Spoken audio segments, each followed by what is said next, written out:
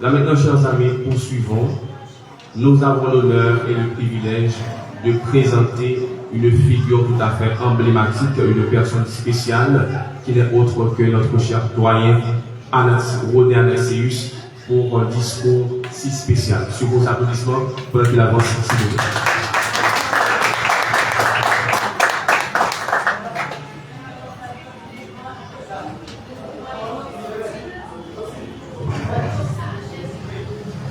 Mesdames, Messieurs, chers membres du décanat,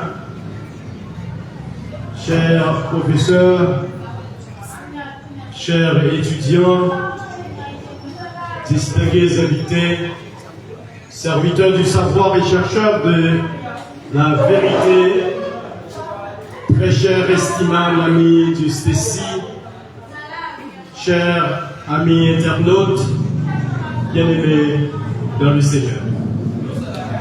Je prends la parole ce matin avec une profonde émotion et un sentiment d'accomplissement à l'occasion de l'ouverture officielle de notre bibliothèque que nous avons significativement nommée Source intarissable.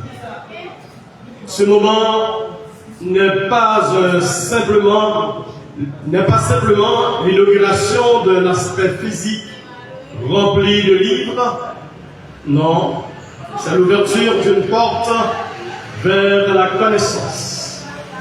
Une consécration de l'intelligence au service de Dieu. Et une déclaration prophétique sur l'avenir de cette institution. Car une bibliothèque dans un séminaire théologique n'est pas un luxe, c'est une nécessité. Elle est le lieu où la foi cherche à comprendre, où la révélation rencontre la réflexion, où l'appel divin se structure dans la rigueur de l'étude. Nous croyons fermement que Dieu n'appelle pas seulement des hommes et des femmes à prêcher, mais il appelle aussi à étudier, à approfondir, à creuser, comme il est écrit, efforce-toi de te présenter devant Dieu comme un homme éprouvé, un ouvrier qui n'a point à rougir et qui dispense droitement la parole de la vérité. La source intarissable symbolise justement cela. Une connaissance qui ne tarit pas, une sagesse qui se renouvelle, une formation qui ne se limite pas à l'émotion, mais qui se racine dans la vérité. Chers amis, permettez-moi de vous dire ce que nous voyons aujourd'hui avec nos yeux naturels n'est que la manifestation visible d'une réalité invisible déjà établie. Car avant que ces murs ne soient élevés, avant que ces livres ne soient alignés, il y avait une pensée. Une pensée, et dans cette pensée, il y avait une vision. Et dans cette vision, il y avait une source. Je me tiens aujourd'hui non seulement en ma qualité de doyen, mais comme témoin d'un accomplissement, car ceci n'est pas simplement l'ouverture d'une bibliothèque, c'est l'activation des puits. Un puits qui ne sera pas creusé par des mains humaines seulement, mais alimenté par une soif divine de connaissance, de révélation et de transformation. Ainsi par l'Esprit, en ce jour, j'ai fait jaillir une source au milieu de vous. Ceux qui avaient soif seront rassasiés, ceux qui cherchaient comprendront, et ceux qui doutaient recevront la lumière. Ainsi, je déclare que ce lieu ne sera pas un lieu ordinaire, elle sera un hôtel de réflexion, de révélation, un laboratoire de révélation, de chant, de formation pour les esprits appelés à influencer leur génération. Car il est écrit que le peuple périt faute de connaissance.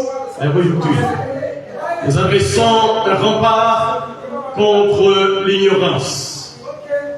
Je prophétise que chaque livre ici devienne une semence, que chaque page se produise du fruit, que chaque étudiant qui franchira ces portes soit marqué par une transformation profonde. Je déclare que dans ce lieu, les intelligences seront aiguisées, les vocations seront confirmées, les destinées seront éclairées. Certains entreront ici confus et sortiront avec clarté. Certains entreront faibles et sortiront fortifiés. Certains entreront ordinaires et sortiront extraordinaires. Car cette source ne donne pas seulement de l'information, elle libère une formation intérieure. Je parle maintenant à l'avenir de cette institution. Tu ne seras pas une bibliothèque oubliée dans un coin, mais tu seras une référence. Tu ne seras pas un espace silencieux sans impact, mais tu seras un centre d'influence. Des générations parleront de ce lieu. Des leaders y seront formés. Des voix y seront affinées. Des ministères y seront établis. Et j'ose déclarer ceci. Ce qui commence petit aujourd'hui deviendra grand demain. Et je le répète, ce qui commence aujourd'hui petit deviendra grand demain.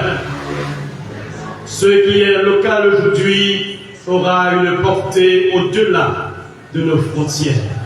Et je déclare que cette source ne tarira jamais. Et je déclare que cette source ne tarira jamais. À vous, étudiants, je dis approchez-vous avec respect. Cherchez avec discipline. Plongez avec profondeur. Car ceux qui puisent sérieusement dans cette source ne resteront jamais les mêmes. Ça c'est sûr. Ceux qui auront à puiser dans cette source ne resteront jamais les mêmes. Et si je vous demanderais, très chers étudiants, ne venez pas ici par obligation. Ne venez pas ici par obligation, venez avec passion. Venez avec enthousiasme. Venez avec envie. Venez comme des chercheurs d'or, comme des assoiffés au désert, comme des hommes et des femmes en quête de vérité. À vous, enseignants, soyez les gardiens de cette flamme. Alimentez cette source, transmettez.